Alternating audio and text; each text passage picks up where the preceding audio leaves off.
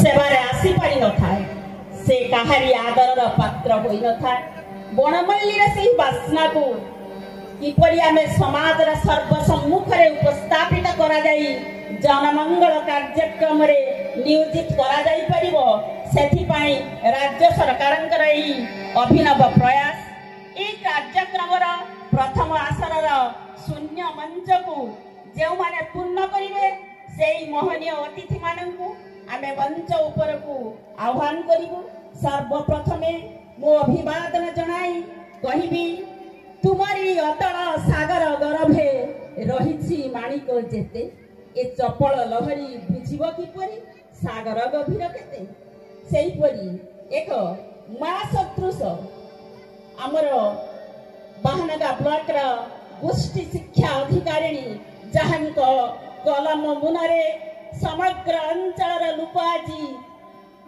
निष्पट मने दाना खंडे पाई पारुछंती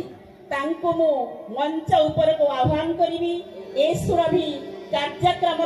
सभापति रूप में सोमाराणी सेठी महोदया बाहानगा ब्लॉक गोष्ठी शिक्षा अधिकारिणी आदि रही सुरभि 2025 सभापति आसन अलंकृत करी समस्त को आशीर्वाद करवा हेबे। जय जगन्नाथ।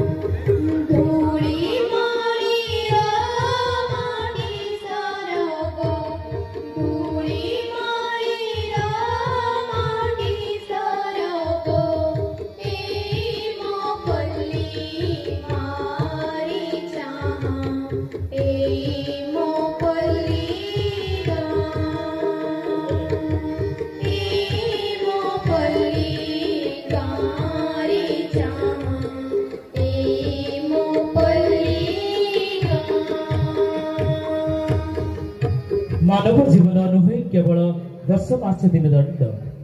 मानव जीवन नुहे केवल 10 मास दिन दंड कर्मे जीवनर कर्म एकातार जीवनर मानदंड कर्म को निज जीवन व्रत भाव ग्रहण करे जे संसार रास्ता रे संसार चलापथ निजे आगक जाउछंती जांको पाई ए माटी आज धन्य हेची पवित्र हेची आम समस्तकर निजर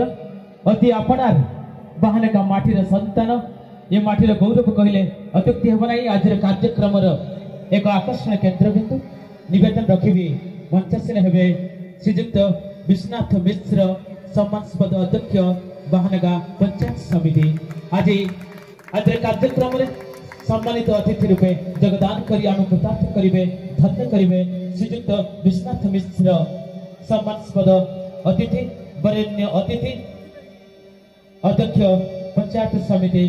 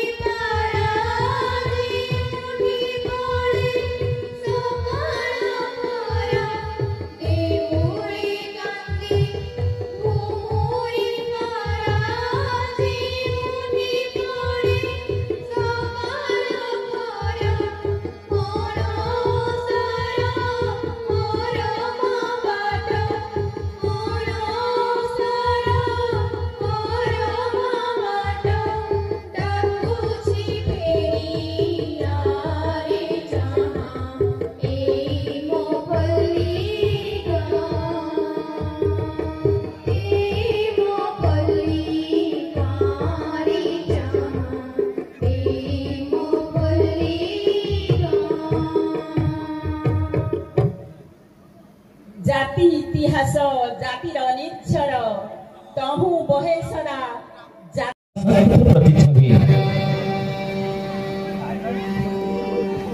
सुरभिर अर्थ बासना बणवल्ली सरकार करे अभिनव पदक्षेप सुरभि ल सुरभि ए सुरभि ल सुरभि तू एमिति आसुथिबु नुआ नुआ रूपरे तू एमिति आसुथिबु नुआ नुआ रूपरे तू आम कला संस्कृतिर प्रतिछवि तू आम कला संस्कृतिर प्रतिछवि तू गढुछु गढुथिबु केते भावुक लेखक नाट्यकार आ कवि ले सुरभि तुम कला संस्कृतिर प्रतिछवि।